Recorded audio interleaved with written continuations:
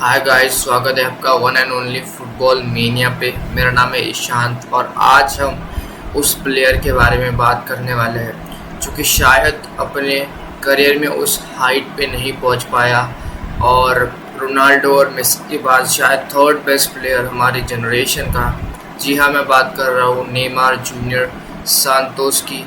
Unfortunately इस match में शायद नेमार का करियर ख़त्म हो चुका है। तो इस वीडियो में हम लोग नेमार की करियर की जर्नी को देखेंगे कि किस तरीके से उसने शुरुआत की और किस तरीके से जो है इस जर्नी का एंड हुआ। तो प्लीज़ ज़रूर वीडियो को देखें। जी हाँ दोस्तों, जुड़ चुके हैं वीडियो के साथ। तो इस वीडियो में हम नेमार की करियर पे एक लुक आउट करते हैं भाई। तो सबसे पहले नेमार जूनियर भाई एक ऐसा प्लेयर जो कि शायद ही कभी वर्ल्ड हिस्ट्री में फ़ुटबॉल के जो है वो भुलाया जा सकता है। हर जनरेशन में एक ऐसा फुटबॉलर ज़रूर आता है जिसे देखकर ऐसा लगता है कि उसके लिए एक गेम नहीं है बल्कि एक स्किल है, एक आर्ट है। एक ऐसा प्लेयर जो सिर्फ गोल मारने के लिए नहीं बल्कि हर टच के साथ लोगों को अपनी सीट से जो है वो खड़ा कर दे, ऐसी जो है काबिलियत थी नेमार जूनियर की। जब भी उसके पास बॉल आती तो डिफेंडर्स उसको रोकने की कोशिश करते पर वो हंसते हंसते डिफेंडर्स को ड्रिबल कर देता। उसका नाम था Neymar junior Santos, one and only Neymar, so called Prince. अगर अभी दुनिया के टैलेंटेड प्लेयर्स की लिस्ट बनाई जाए तो शायद नेमार जूनियर उस लिस्ट में टॉप पे हो। ये कहानी है उम्मीदों की। जिस देश में रोनाल्डिनियो, काका, पेले जैसे इतने बड़े प्लेयर्स थे, उस देश की यहाँ पर सारी उम्मीदें थी नेमार जूनियर सांतोस में। ये कहानी उन छोटी चोटों की जिन्होंने सिर्फ उसके शरीर को नहीं बल्कि उसके सपनों को भी तोड़ने की कोशिश की। एक कहानी है उन गलत फैसलों की जो नेमार जूनियर ने अपने करियर में शायद लिए। और एक बड़ा सवाल, क्या नेमार जूनियर अपने पोटेंशियल तक पहुंच सका? इस वीडियो में काफ़ी कुछ है बात करने के लिए। सीधा बढ़ते हैं भाई इस वीडियो में, डिटेल में इस नेमार जूनियर को जानेंगे भाई। नेमार जूनियर का जन्म हुआ था भाई 5 फरवरी 1992 को ब्राज़ील के मोंगी दास क्रूज़ेस नाम के एक शहर में एक बच्चे का जन्म हुआ। उसका नाम रखा गया नेमार दा सिल्वा सैंटोस जूनियर। अगर आप ब्राज़ील के बारे में पढ़ा होगा आपने या सुना होगा तो आपको पता होगा कि यह सिर्फ एक फुटबॉल खेल नहीं था, बिकॉज ये एक नेशनल स्पोर्ट था ब्राज़ील का। So it is more than a sport for Brazil fans. और इमोशन की अगर आप बात करेंगे, ऑब्वियसली वहाँ बच्चे खेलना, वहाँ बच्चा चलने सीखने से पहले भाई फुटबॉल खेलना सीख जाता था। हर गली, हर बीच, हर मैदान एक नया खिलाड़ी पैदा करना है। लेकिन इन्हीं लाखों बच्चों में से एक ऐसा था जिसकी कहानी बाकी सबसे अलग होने वाली थी। नेमार का परिवार, नेमार की अगर परिवार की बात करें, नेमार का परिवार अमीर नहीं था ऑब्वियसली, क्योंकि वो गरीब बैकग्राउंड से था। उनके पिता नेमार सैंटोस सीनियर खुद भी फुटबॉलर बनना चाहते थे, लेकिन ज़िंदगी ने उन्हें वो मौका नहीं दिया। शायद इसलिए उन्होंने तय कर लिया था कि अपना सपना वो नेमार के साथ देख रहे थे, क्योंकि ऑब्वियसली अगर पेरेंट्स जो है अपना ड्रीम फुलफिल नहीं कर पाते तो वो अपने सन से उम्मीद लगाते कि उनका ड्रीम उनका सन पूरा कर पाए। लेकिन यहाँ पर नेमार जूनियर ऑब्वियसली काफ़ी ज़्यादा एक स्पेशल टैलेंट था, लेकिन स्पेशल टैलेंट होना ही ज़रूरी नहीं होता, एक सही मार्गदर्शन होना भी काफ़ी ज़रूरी होता है, जो कि नेमार के फादर जो है यहाँ पर उसको दे रहे थे। अब नेमार जूनियर का फुटबॉलिंग करियर कहाँ से आगे बढ़ा?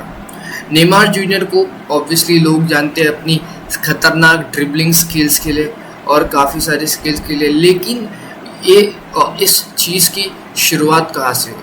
वो शुरू हुई थी ब्राज़ील की तंग गलियों में, जहाँ जगह कम होती थी और खिलाड़ियों की संख्या ज़्यादा होती थी।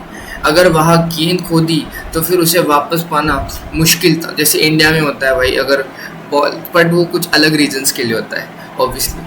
वह यही वजह थी कि नेमार ने बचपन से ही गेंद को अपने शरीर का हिस्सा बना लिया। इसके अलावा फुटबॉल भी खेला, फुटसल भी खेला। फुटसल में मैदान छोटा होता है। ये सारी बातें, खिलाड़ियों के पास सोचने के लिए समय बहुत कम होता है। हर फैसला सैकड़ों में लेना पड़ता है, क्योंकि भाई, फुटबॉल में अगर आपने ज़्यादा समय ले लिया तो you can fuck it up भाई। यही से नेमार की सबसे बड़ी ताकत बनी। पहला टच, करीबी कंट्रोल और तंग जगह में डिफेंडर्स को छक्का देने वाली स्किल।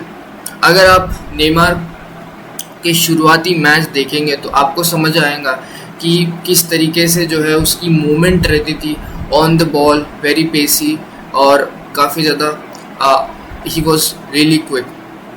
अब आते हैं भाई उस स्टेज पर जब एक्चुअली में नेमार जूनियर ने अपनी फुटबॉलिंग करियर की शुरुआत की थी। 11 साल की उम्र में एक बड़ा कदम। साल था 2003 का। नेमार सिर्फ अभी 11 साल का था।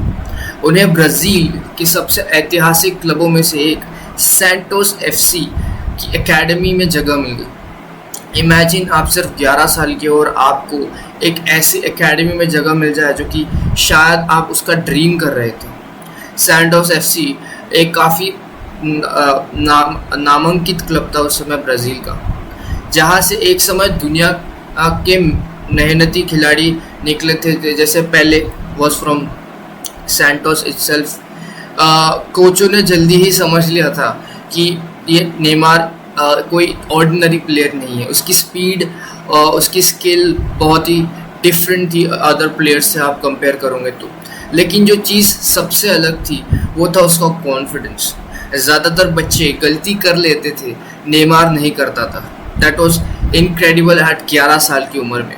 अगर एक ट्रिक फेल हो जाती तो अगली बार वो उससे भी मुश्किल ट्रिक करने की कोशिश करता, क्योंकि उनके लिए फुटबॉल डर कर खेलने वाला स्पोर्ट नहीं था।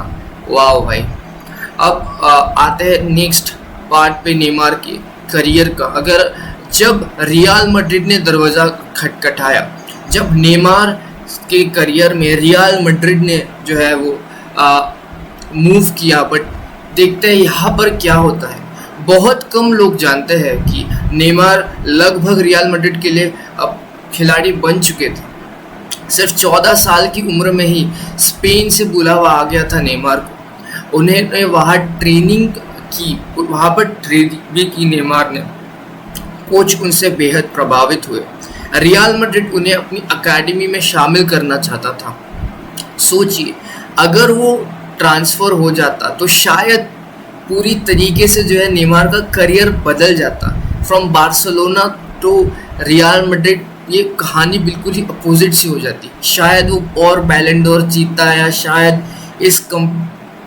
इस जर्नी बिल्कुल कम्प्लीटली अपोजिट हो जाती। तो शायद नेमार की पूरी कहानी ही अलग होती, या शायद वो बहुत पहले यूरोप पहुंच जाता, शायद वो बाद में क्रिस्टियानो रोनाल्डो के साथ खेलता। लेकिन आखिरी समय सैंटोस ने अब उनके परिवार को बेहतर कॉन्ट्रैक्ट दिया। यहाँ पर एक बेटर कॉन्ट्रैक्ट दिया एफसी सैंटोस ने, और फैसला हुआ कि नेमार अभी ब्राज़ील में ही रहेगा। इमेजिन भाई, 14 इयर्स की एज में आपको रियल मैड्रिड जैसे बड़े क्लब से ऑफर आता है, पर आप काइंड ऑफ बोल सकते हो कि रिजेक्ट ही करना हो गया ये तो। लेकिन आखिरी समय में जैसे कि मैंने बोला कि कॉन्ट्रैक्ट ऑफर किया सैंटोस ने, उस समय शायद किसी ने इस फैसले को ध्यान से नहीं देखा। लेकिन आने वाले समय में यही फुटबॉल इतिहास का शायद सबसे बड़ा दिलचस्प टॉपिक बनने वाला था कि इफ़ नेमार अगर मैड्रिड में होता तो। बट ये तो भाई इफ़ एंड बट वाली बात हो गई। अब ब्राज़ील को ऐसे अपना एक ब्राज़ील के लिए कैसे एक ऑरा बिल्ड कर दिया, या how Neymar become the main man for Brazil. 2009, अब नेमार की उम्र थी 17 साल। नेमार सैंटोस टीम के सीनियर टीम में अपना डेब्यू कर चुका था और कुछ ही महीनों में ब्राज़ील उसको अपने नाम से जानती थी, नेमार को, क्योंकि he was famous in Brazil. अब क्योंकि सैंटोस के लिए खेलना जहाँ से पहले भी निकला और काफ़ी अच्छे प्लेयर्स निकले हैं, तो वहाँ पर अच्छा प्रदर्शन करने के बाद वो ब्राज़ील में भी अब पॉपुलर हो चुका था। वो सिर्फ गोल नहीं मारता था, वो एक एंटरटेनमेंट भी देता था क्राउड को, यानी कि बिना गोल मारे भी वो ऐसा एंटरटेनमेंट देता था जो शायद ही दूसरे फुटबॉलर दे पाए। नटमेग करना, ड्रिबल करना और ऐसी कई सारी चीज़ें जो शायद दूसरे फुटबॉलर्स ना कर पाए। लाखों लोगों ने कहा यही तो सिर्फ ब्राज़ीलियन फुटबॉल है, जैसे ड्रिबल करना, या it's not very unique, it's यहाँ पर जो है नॉर्मल ही है। काफ़ी लोगों ने क्रिटिसिज्म भी किया, लेकिन लोगों को अब नेमार जूनियर से उम्मीदें हो चुकी थी। ब्राज़ीलियन फैंस को जो है नेमार जूनियर से उम्मीदें हो चुकी थी। काफ़ी बड़े यूरोपियन क्लब्स की अब नेमार जूनियर पे जो है वो आस लग चुकी थी कि अब नेमार जूनियर उनका टारगेट बन चुका था। Barcelona, real Madrid, Chelsea, Manchester city और ऐसे कई सारे क्लब्स नेमार को चाहिए थे कि डेस्परेटली दे वांटेड नेमार। अब नेमार कब आएगा यूरोप में, कब है जो नेमार की एंट्री होंगी एफसी बार्सिलोना में। लेकिन इससे पहले उन्हें एक आखिरी काम करना था, नेमार को साबित करना था, नेमार को प्रूव करना था कि वो सिर्फ एक प्रतिभाशाली टैलेंट नहीं है, he can lead the team as well, कि वो सिर्फ एक टैलेंट टाइप का बंदा नहीं है, वो लीड भी कर सकता है यहाँ पर टीम को। आप 2011 का कोपा पता नहीं क्या है भाई, ये लिब्टडोरेस जो भी है, sorry personally I can't pronounce it. यही से नेमार की कहानी दुनिया की कहानी बनने वाली थी। यही से जो है वो एक ऐसी कहानी की शुरुआत हुई जहाँ से जो है भाई काफ़ी एक आगे की जर्नी शुरुआत हुई नेमार की। अब नेमार का करियर जो है वो पूरी तरीके से बदलने वाला था। अब नेमार सिर्फ ब्राज़ील का सुपरस्टार नहीं, वो उस समय पे एक काफ़ी ज़्यादा यंग प्रोडिजी बन चुका था, काफ़ी एक वैल्यूबल प्लेयर बन चुका था और काफ़ी ज़्यादा क्लब्स की उस पे निगाहें थी। और ऐसा ही दो क्लब्स के बीच में उसके लिए फ़ाइट हो गई। एक तरफ थी भाई रियल मैड्रिड, ऑब्वियसली सबसे सक्सेसफुल क्लब हिस्ट्री में, और एक तरफ थी भाई बार्सिलोना जो प्लेयर्स को अच्छे से मैनेज कर सकती थी। और ऑब्वियसली बार्सिलोना में उस समय लायनल मेसी थे और रियल मैड्रिड में क्रिस्टियानो रोनाल्डो थे। रियल मैड्रिड के पास पैसा था, हिस्ट्री थी और रोनाल्डो जैसे सुपरस्टार भी थे। लेकिन बार्सिलोना के एक चीज़ और थी, एक फ़िलॉसफी और एक फुटबॉलिंग आइडेंटिटी, और शायद यही चीज़ नेमार को काफ़ी ज़्यादा अट्रैक्ट कर गई बार्सिलोना की। कई रिपोर्टर्स के मुताबिक रियल मैड्रिड भी नेमार को साइन करने के काफ़ी ज़्यादा करीब थी। जैसे पहले नेमार जूनियर जब 14-17 जो भी उम्र में ही को काफ़ी क्लोज था वो रियल मैड्रिड की एकेडमी ज्वाइन करने को। इस मोमेंट पे भी वो काफ़ी ज़्यादा क्लोज था कि रियल मैड्रिड को ज्वाइन करने में, पर आखिरकार 2013 में बार्सिलोना ने नेमार जूनियर को साइन कर लिया, या नेमार जूनियर ने बार्सिलोना को चुना। उस वक्त बहुत लोगों ने कहा ये गलती है, क्योंकि मेसी के होते हुए नेमार कभी शाइन ही नहीं कर पाएगा, वो हमेशा एक सेकंड ऑप्शन बन के रहेगा। नेमार की दिमाग में कुछ और ही चल रहा था। उनके लिए सबसे पहले सीखना ज़रूरी था, और हु बेटर देन मेसी से बेहतर कोई टीचर शायद हो ही नहीं सकता था। अब बार्सिलोना से जो है वो पहली मुलाकात नेमार की कब हुई? नेमार का सामना हुआ उस इंसान से जिसने मतलब शायद वो आइडलाइज कर रहा था प्रोबेबली, क्योंकि बार्सिलोना इतना बड़ा क्लब, योहान क्राइफ और भी काफ़ी सारे बड़े बड़े प्लेयर्स उस क्लब से खेले, तो लायनल मेसी दुनिया का बेस्ट प्लेयर से मिलना। लेकिन नेमार को जो चीज़ सबसे ज़्यादा सरप्राइज़ करी वो था मेसी का एटीट्यूड टूवर्ड्स हिम। ना कोई ईगो था, ना कोई जेलेसी थी और ना कोई इनसिक्योरिटी थी। मतलब ऐसा नहीं था कि दोनों के बीच में कोई किस तरह का कंपटीशन था। एक छोटे भाई की तरह जो है वो दोनों ही एक दूसरे को ट्रीट करने लगे थे।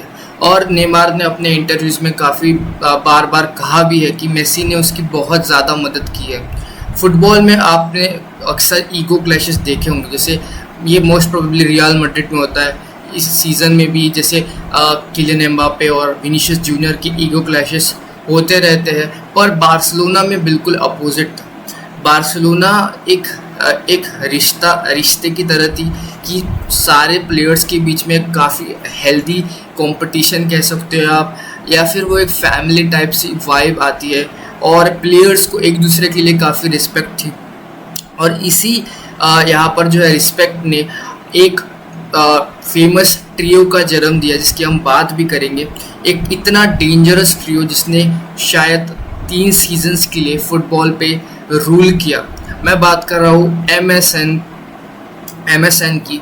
2013 में नेमार को साइन करने के बाद बार्सिलोना 2014 में लुइस सुआरेस को साइन करती है और इसी के साथ फुटबॉल हिस्ट्री की सबसे आइकॉनिक पार्टनरशिप में से एक का जन्म होता है। मेसी, सुआरेस, नेमार, या फिर जिसे दुनिया लेटर्स से याद रखती है MSN। 3 अलग पर्सनालिटीज़, साइलेंट जीनियस सुआरेस और born fighter Neymar, Messi silent genius, Suarez born fighter और नेमार एक प्योर आर्टिस्ट। एक गोल्स बनाता, एक फिनिश करता और एक असिस्ट प्रोवाइड करता।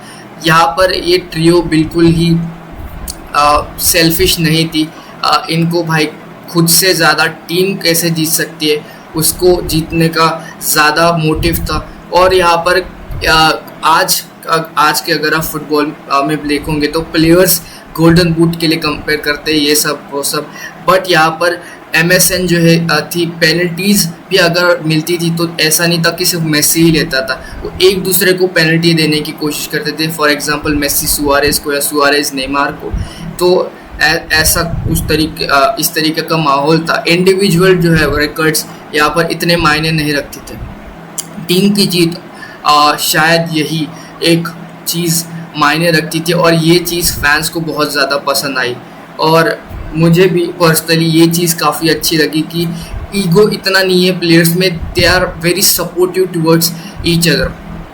अब जब नेमार जूनियर अपने प्राइम में था, बार्सिलोना भी अपने प्राइम में थी 2014-15 वाले सीज़न में। बार्सिलोना ने वो फुटबॉल खेला जिससे शायद ही कोई एक्सपेक्ट कर रहा था। पहले ला लीगा जीता, फिर कोपा देल रे, फिर चैंपियंस लीग और अपना ट्रेबल कंप्लीट किया। उस साल लुइस एनरिके कोच था बार्सिलोना का। उस सीज़न में नेमार ने सिर्फ गोल्स नहीं मारे, बड़े बड़े मैचेस में नेमार ने रिस्पॉन्सिबिलिटी भी ली, जैसे चैंपियंस लीग नॉकआउट मैचेस में गोल स्कोर करना और इम्पॉर्टेंट मैचेस में गोल स्कोर करना। और फिर बर्लिन में champions league final Barcelona versus Juventus में भी जो है नेमार ने गोल स्कोर किया था। अब बार्सिलोना ऑब्वियसली यूरोपियन चैंपियन बन चुकी थी। एक्सपर्ट्स के हिसाब से काफ़ी एक्सपर्ट्स का ये भी मानना था कि नेमार जूनियर जो है आगे चलकर बैलन डोर जीतेगा या फिर इस सीज़न में ही बैलन डोर जीत सकता है। उस समय पर नेमार सिर्फ 23 इयर्स का था। आगे नेमार का काफ़ी एक करियर पड़ा था। काफ़ी लोग मानते थे कि वो टैलेंटेड था, जो कि वो था भी। उसके आगे काफ़ी एक बड़ा फ्यूचर था, लेकिन कभी कभी भाई एक अनएक्सपेक्टेड चीज़ें भी आपके लाइफ में हो सकती है। वो उसके बारे में बाद में बात करेंगे। अब उस मैच के बारे में बात करेंगे जो शायद नेमार जूनियर के करियर का बेस्ट मैच हो सकता है, या UEFA champions league Barcelona versus PSG पहला लेग। बार्सिलोना 4-0 से ये मैच हार चुका था। फुटबॉल एक्सपर्ट्स ने डिक्लेयर कर दिया था कि बार्सिलोना बाहर हो चुकी है, लेकिन कैंप नाउ में उस रात हिस्ट्री लिखी जाने वाली थी। मैच के 88 मिनट तक जो है एग्रीगेट 5-3 पर था। आप इमेजिन करो कि आपके पास बहुत कम समय है और आपको 3 गोल स्कोर करने हैं मैच को जीतने के लिए, 2 गोल स्कोर करने हैं ड्रॉ करने के लिए। अब ऑब्वियसली बार्सिलोना को क्वालिफाई करने के लिए, अगले राउंड में जाने के लिए 3 गोल्स चाहिए थे, वो भी सिर्फ 8 मिनट्स के अंदर। ये काम लगभग लगभग इम्पॉसिबल था, लेकिन नेमार ने जो कर दिखाया वो शायद इम्पॉसिबल से भी अलग लेवल पे है। पहले तो 89 मिनट पे फ्री किक से गोल स्कोर करना, उसके बाद 91 मिनट पे पेनल्टी स्कोर करना, और 95 मिनट पे सर्जी रोबर्तो को एक असिस्ट प्रोवाइड करना, जिससे 95 मिनट पे जो है 5-6 एग्रीगेट पे बार्सिलोना की टीम जीत जाती है। ऑब्वियसली उस समय कैंप नौ फट चुका था, कमेंटेटर्स चीख रहे थे, फैंस रो रहे थे, और दुनिया समझ गई थी कि अब सिर्फ नेमार ही नहीं अब सिर्फ मेसी ही नहीं बल्कि नेमार भी इस टीम को लीड कर सकता है। अब फैंस के मन में ऐसा एक क्वेश्चन आता है कि क्या जो है वो अब नेमार मेसी को ओवरशैडो कर सकता है, या फिर क्या दोनों प्लेयर्स एक साथ खेल सकते हैं और क्या हमेशा जो है नेमार मेसी के पीछे ही रहेगा, वो देखने वाली बात थी। पर अब होने वाला था एक सबसे बड़ा ट्विस्ट नेमार के करियर में। 2017 का समर, फुटबॉलिंग दुनिया बिल्कुल ही शांत थी, और फिर एक ऐसी सबसे बड़ी खबर आती है जिसने सबको शॉक करके रख दिया। PSG यानी कि पेरिस सेंट जर्मैन लीगा की एक सबसे बड़ी टीम ने नेमार जूनियर का रिलीज क्लॉज एक्टिवेट कर दिया, जो कि था 220 मिलियन यूरो। फुटबॉलिंग हिस्ट्री का यह सबसे बड़ा ट्रांसफ़र था। शुरू में किसी को भी यकीन नहीं हुआ, सबको लगा ये मीडिया के ह्यूमर से, लेकिन कुछ ही दिनों बाद सब कुछ ऑफिशियल हो गया। नेमार बार्सिलोना छोड़ रहा था, फैंस शॉक था, मेसी शॉक था, सुआरेज शॉक था, और वैसे ही शॉक थे बाकी सारे टीममेट्स। पूरी फुटबॉलिंग दुनिया को एक ही सवाल था कि आखिर नेमार ने ऐसा किया, क्या इसकी वजह पैसा थी, या इसकी वजह थी कि नेमार अपनी खुद की आइडेंटिटी किसी टीम में बनाना चाहता था, कि he wanted to be the main man, या फिर उसको बैलन डोर जीतना था, या फिर उसको बिना मेसी के साए रहना था। काफ़ी सारे क्वेश्चंस उस समय पर जो है वो अराइज हो चुके थे, लेकिन इसका एग्जैक्ट जवाब शायद नेमार ही दे सकता है। लेकिन एक बात तय थी कि ये नेमार के करियर का एक सबसे बड़ा टर्निंग पॉइंट बन चुका था, क्योंकि वो जो है बार्सिलोना के साथ सारी चीज़ें अचीवमेंट्स पूरी कर रहा था, पर अचानक से एक ऐसा शॉकिंग डिसीजन लेना बिल्कुल ही अनएक्सपेक्टेड था उसके करियर में। अब दुनिया का सबसे महंगा प्लेयर ऑफिशियली जो है वो बन चुका था नेमार जूनियर सैंतोस, क्योंकि PSG ने जो है 222 मिलियन का रिलीज क्लॉज जो है एक्टिवेट कर दिया था। अब PSG की दुनिया पूरी तरीके से बदलने वाली थी। सिर्फ फ्रांस की बेस्ट टीम नहीं बल्कि यूरोप की बेस्ट टीम बनना चाहती थी यहाँ पर PSG, और इसी के लिए उन्होंने नेमार को साइन किया था। फ्रांस पहुँचते ही नेमार का स्वागत हुआ यहाँ पर, बल्कि किसी ग्लोबल सुपरस्टार की तरह जो है नेमार का यहाँ पर सुपरस्टार हुआ। स्टेडियम खचाखच भरा था। ये तब होता है जब साइनिंग हो जाती है प्लेयर की और वो आता है स्टेडियम में, जैसे आपने एम्बापे देखा होगा, रोनाल्डो का देखा होगा, कुछ उसी तरीके का। स्टेडियम जो है खचाखच भरा था, फैंस उसका नाम चिल्ला रहे थे, और हर मीडिया कवर पे जो है वो उस समय नेमार का नाम था। लेकिन जितना बड़ा वेलकम उतना ही ज़्यादा एक्सपेक्टेशंस प्लेयर्स से बढ़ जाती है। अब हर मैच में लोगों को सिर्फ देखना था कि क्या नेमार जूनियर जो है PSG को चैंपियंस लीग जिता सकता है, क्योंकि ऑब्वियसली PSG चैंपियंस लीग नहीं जीत पा रही थी। They were struggling to win Champions League, despite कि उनके लिए भी काफ़ी बड़े बड़े प्लेयर्स यहाँ पर खेलते थे। अब ऑब्वियसली नेमार की PSG में भी एक अच्छी शुरुआत हुई, गोल्स उसने स्कोर की, असिस्ट उसने दिए, और वहाँ पर नेमार जूनियर का एक फ्लेयर, एक मैजिक भी दिखा। लेकिन अब यहाँ नेमार जूनियर का करियर बिल्कुल ही बदलने वाला था।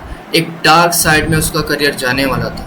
एक पुराना दुश्मन यानी कि इंजरीज एक ऐसी चीज़ जो कि फुटबॉल प्लेयर के लिए काफ़ी मायने रखती है, और जितने जल्दी वो उस इंजरी से रिकवर कर पाए उतना ही अच्छा है। पर यहाँ पर एक इंजरी नेमार को हो जाती है, एंकल इंजरी। दूसरा सीज़न में मेटाटार्सल फ्रैक्चर, कभी मसल। हर बार जब लगता अब नेमार अपने पीक पर लौट आएगा, तभी उसके साथ कुछ इंजरी हो जाती है। और सबसे दर्दनाक बात ये थी, ये इंजरीज अक्सर सीज़न के सबसे इम्पोर्टेंट हिस्से में ही होती थी। यानी कि इमेजिन आपके पास एक चैम्पियंस लीग नॉकआउट का मैच है और आपके सबसे बड़ा प्लेयर नेमार अवेलेबल ही नहीं है, जिसको शायद पीएसजी को सबसे ज़्यादा ज़रूरत थी। नेमार को नेमार ज़्यादातर ट्रीटमेंट रूम में होते थे। फ्रांस फ्रस्ट्रेटेड होते थे, मीडिया ने सवाल उठाने शुरू कर दिए थे कि क्या पीएसजी ने कहीं गलत इन्वेस्टमेंट तो नहीं कर दिया। लेकिन शायद लोग एक बात भूल रहे थे, इंजरीज किसी भी प्लेयर की चॉइस नहीं होती और कमबैक ओब्वियसली नेमार का हो सकता था। और इसके पीछे नेमार ने काफ़ी मेहनत भी की कि वो इस रिकवरी से जो है वो वापस उभर पाए, पर शायद ऐसा कभी हुआ ही नहीं। 2020 जब कोविड आ चुका था, चैंपियंस लीग एक नए फॉर्मेट में खेली जा रही थी, पीएसजी फाइनल तक पहुंच गई। ये वही ट्रॉफी थी जिसके लिए नेमार ने पीएसजी ने नेमार को साइन किया था। 90 मिनट्स, बस इतनी ही दूरी थी सपने और हकीकत के बीच। लेकिन सामने थी बायर्न म्यूनिख, एक सबसे बड़ा क्लब। फाइनल ख़त्म हुआ, पीएसजी हार गया, नेमार मैदान पर ही बैठ गया। आंखों में आंसू थे, जैसे इस मैच में भी थे, अपने लास्ट मैच में नेमार के। उस पल को देखकर शायद हर फुटबॉल फैंस ने महसूस किया कि कभी कभी टैलेंट भी आपको हर चीज़ें नहीं जीता सकता, या हर चीज़ आपको नहीं मिल सकती। टैलेंट होना एक अलग बात है और उसको ट्रॉफीज़ में तब्दील करना एक अलग बात है, जो कि नेमार ने बार्सिलोना के साथ ऑब्वियसली की। पर लेटर स्टेजेस ऑफ ऐसा नहीं है कि नेमार ने कम ट्रॉफी जीती अपने करियर में, बट शायद जो उसको करना चाहिए था पीएसजी के साथ वो नहीं कर पाया, अनफॉर्चुनेटली।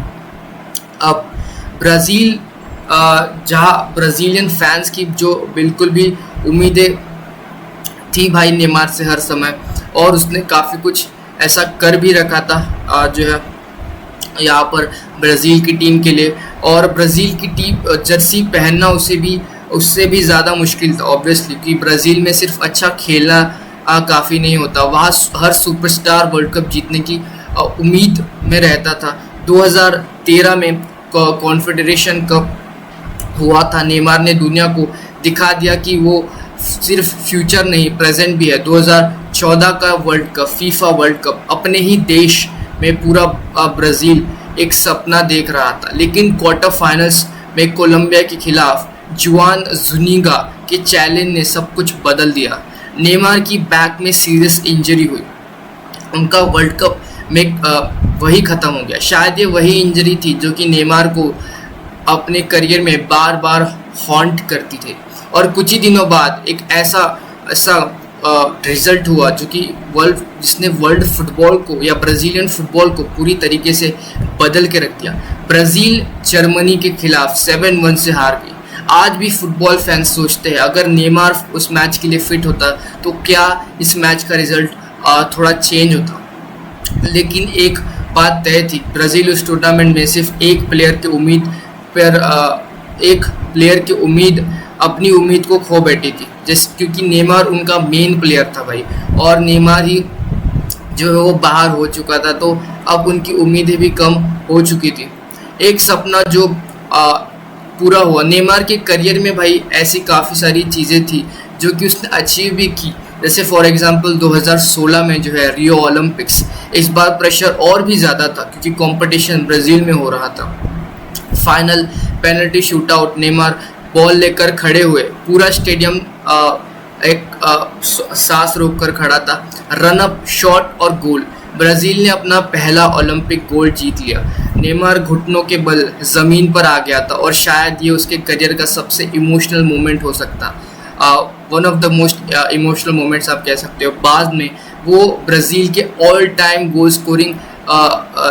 गोल स्कोरर भी बन गए। इमेजिन आप ऐसे कंट्री के लिए खेलते हो जहाँ रोनाल्डो नज़ारियो, रोनाल्डिनियो, काका, पेले, अद्रियानो, इतने बड़े बड़े रिवाल्डो, इतने बड़े बड़े प्लेयर्स थे और आप उस कंट्री के जो है वो ऑल टाइम गोल स्कोरर हुए। ये चीज़ काफ़ी कुछ बयां करती है, काफ़ी कुछ बताती है।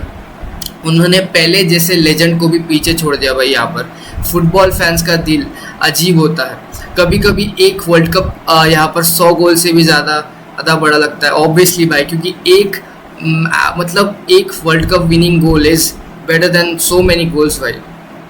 अब क्या जो है नेमार अपने करियर में फेल हुआ या असफल हुआ या क्या वो अपने पोटेंशियल तक सही में पहुंच पाया?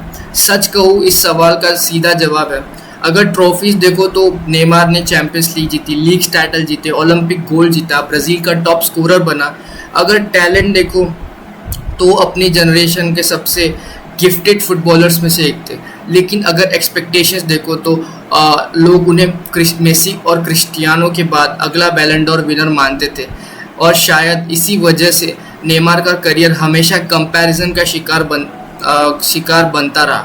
हम उन्हें कभी उनकी अचीवमेंट्स के हिसाब से नहीं बल्कि उन उम्मीदों के हिसाब से जज करते रहे जो दुनिया उनसे या एक्सपेक्ट कर रही थी।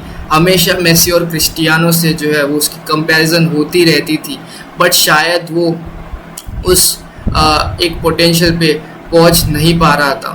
हर कहानी की एक एंडिंग होती है, लेकिन कुछ कहानियां ख़त्म होने के बाद भी लोगों के दिलों में चलती रहती है। नेमार की कहानी भी शायद ऐसी ही है, हो सकती है बैलन डोर कभी नहीं जीत पाए अगर जो है नेमार, हो सकता है वर्ल्ड कप उनके हाथों से निकल गया, कभी भी वर्ल्ड कप नहीं जीत पाया जो है नेमार, अनफॉर्चुनेट था। हो सकता है उनके फैसले नेमार ने जो फैसले लिए अपने करियर में वो रिग्रेट करे या फिर ना करे, लेकिन एक बात तो तय है भाई कि नेमार ने जो एंटरटेनमेंट वर्ल्ड फुटबॉल को दिया है वो शायद ही कोई और प्लेयर दे सकता है। जिस तरीके की उसकी स्किल्स थी, डिफेंडर्स को 1v1 में बीट करना और फैंस का फेवरेट बनना कोई आसान बात नहीं थी। बार बार रिकॉर्ड्स बनाना अपनी टीम के लिए, अपने कंट्री के लिए रिप्रेजेंट करना, और उसी के साथ साथ भाई यहाँ पर नेमार और ने सारी वो चीज़ें करी जो शायद उसको अपने करियर में करनी चाहिए थी, बट कहीं दिल में एक ऐसी चीज़ रहती थी कि या शायद नेमार जूनियर अपने जो है करियर में कभी बैलन डोर जीत सकता था, जो कि वो नहीं जीता। और जब भी फुटबॉल की सबसे एंटरटेनिंग जनरेशन की बात होगी, एक नाम हमेशा लिया जाएगा, Neymar da Silva Santos junior, the prince who may never have become king but who ensured the beautiful game remained truly beautiful। आप कह सकते हो कि भाई नेमार जो है एक ऐसा प्रिंस था जो कि कभी किंग बन ही नहीं पाया भाई। और एक और चीज़ 2018 या 22-21 के वर्ल्ड कप में जो है नेमार जो है बाद में अपने करियर में सऊदी प्रो लीग में पड़ गया, जहाँ पर उसने जो है सारी चीज़ें एक ट्रॉफी भी जीती, पर उसके बाद फिर इंजरीज़ के वजह से वो सांतोस चला गया भाई। एंडिंग में मैं यही बोलूँगा कि शायद ही नेमार सांतोस जूनियर जैसा फुटबॉलर हमें वर्ल्ड फुटबॉल में देखने को फिर मिलेगा, बट जितनी इज्जत नेमार ने कमाई है भाई, दैट इज़ इनक्रेडिबल। और नेमार के फैंस के लिए भी भाई काफ़ी शॉकिंग जो भी चीज़ होंगी। और लास्ट में यही बोलूँगा भाई, शायद कुछ लोग कहेंगे कि कभी यहाँ पर किंग बन सकता था नेमार, बट अनफॉर्चुनेटली कुछ ऐसे चीज़ हुई उसके करियर में कि वो कभी भी किंग नहीं बन पाया। He was always the Prince. इसी के साथ भाई वीडियो को एंड करते हैं। आपको अगर वीडियो अच्छी लगी होंगी तो प्लीज़ वीडियो को लाइक करें और जितना ज़्यादा हो सके उतना सब्सक्राइब करें। हर subscriber means a lot to me. और कमेंट कीजिए कि आपकी क्या बेस्ट मेमोरी है नेमार के लिए।